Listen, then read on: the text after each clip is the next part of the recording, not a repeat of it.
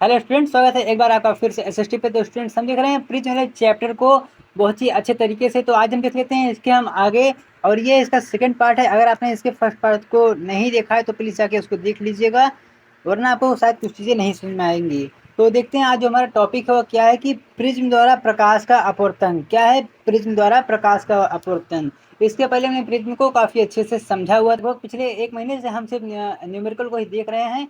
तो क्या है हमारा टॉपिक कि आखिर अपवर्तन कैसे होता है वो भी प्रिज्म में। तो हम इसको अच्छे से एक बार देख लेते हैं, फिगर के माध्यम से भी इसको हम देखेंगे। क्या है कि माना एक एबीसी कांच के प्रिज्म में कोण बीसीए प्रिज्म का अपवर्तन कोण है। ठीक है, मैं पहले आपको एक फिगर दिखा देता हूँ। ये देखिए, ये फिगर आपको स्क्रीन पे दिख रहा होगा अच्छे तरीके से। तो हम लोग क्या करते हैं, सबसे पहले हम लोग मान लेते हैं कि कोई कोण ए बी सी है। ठीक है, जैसा कि यहाँ पर आपको दिखाई दे रहा है कि कोई कोण ए बी सी है, वो भी एक प्रिज्म में है।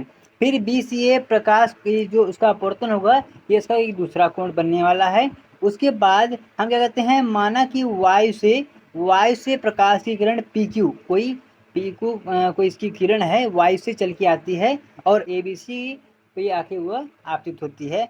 और क्या होता है, इसके आगे मैं आपको यहाँ पर करके दिखा देता हूँ। हम देखते हैं कि ये आपका ए, यहाँ पर आपका बी, यहाँ पर ये आपका सी है। ठीक है, और कोई प्रकाश किरण है जो कुछ इस प्रकार से आके इस प्रिज्म पे आपतित होती है। आप यहाँ पर एक बार स्पष्ट रूप से देखिए, ये कोई प्रिज्म है। ठीक है, और ये आपका ए बी सी है। कोई प्रकाश किरण कुछ इस प्रकार से इस पे आके आपतित होती है, जिसका नाम पी और क्यू है। ठीक है, आपतित होने के पश्चात यह इसके समांतर रहती है। प्रिज्म के जो आधार होता है उसके आधार की यह समांतर हो जाती है। उसके पश्चात हम क्या देखते हैं कि इसका अपवर्तन कुछ इधर की तरफ हो जाता है। इसका अपवर्तन कहाँ, बाहर की तरफ हो जाता है। ठीक है स्टूडेंट्स, प्रकाश किरण कुछ इस प्रकार से आई और ये आधार की तरफ इसका थोड़ा सा झुका हुआ, फिर यह बाहर की तरफ ये चली गई।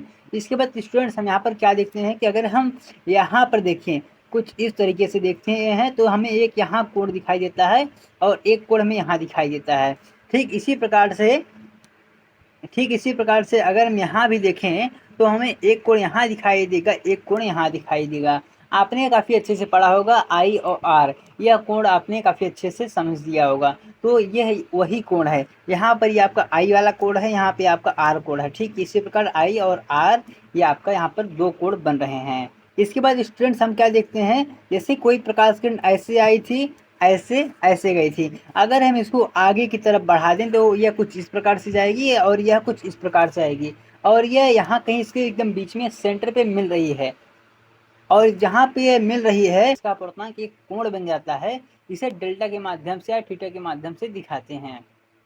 देखिए स्टूडेंट्स, ये आपका जो फाइनल एकदम बन के आता है आपका फिगर, कैसे कि कोई प्रकाश किरण कुछ इस प्रकार से चली है, चलने के पश्चात जो आधार की इसे समांतर हो जाती है, फिर उसका अपवर्तन बाहर की तरफ जाता है।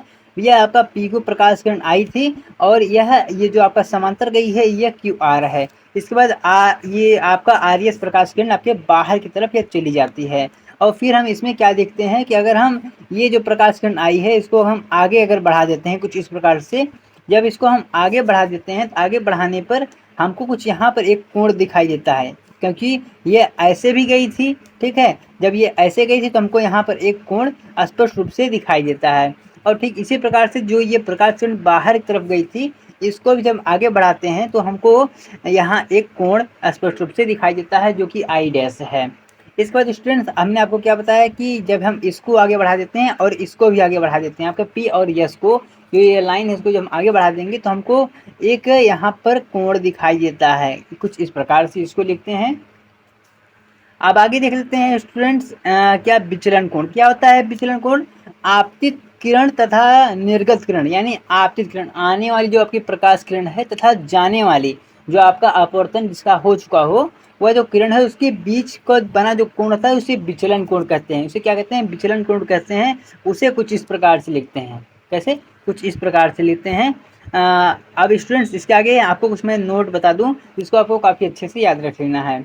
जब आपतित किरण के आपतन कोण को बढ़ाया जाता है, कब, जब आपतित किरण के आपतन कोण को बढ़ाया जाता है तो विचलन कोण, जो आपका ये विचलन कोण जो मैंने अभी भी बताया कुछ इस प्रकार से, का मान घट जाता है तथा इसका विचलन कोण का मान न्यूनतम हो जाता है। मैं फिर से आपको इसको समझा देता हूँ। जब कोई आपतित किरण होती है जिसको आपतन कोण जब बढ़ा दिया जाता है, जिसका कोण है जिसको बढ़ा दिया जाता है, तो आपतन विचलन कोण का मान जो होता है वो घट जाता है। जिसके विचलन कोण का जो माध्यम है वह घट जाता है तथा विचलन कोण का मान शून्य हो जाता है। जो विचलन कोण का जो मान होता है वह शून्य यानी वो 0 हो जाता है, जिसे न्यूनतम विचलन कोण कहते हैं। स्टूडेंट्स, ये आपसे लगभग एक नंबर में पूछ लिया जाता है कि आखिर जो न्यूनतम विचलन कोण होता है वो किस कारण से होता है। आपको यह वहाँ पर सिंपल सा ऑप्शन में दे देना है कि जो आपका आपतन कोण है वह बढ़ा दिया जाता है। जब उसको बढ़ाया जाता है तो कुछ इस प्रकार की घटना घट जाती है।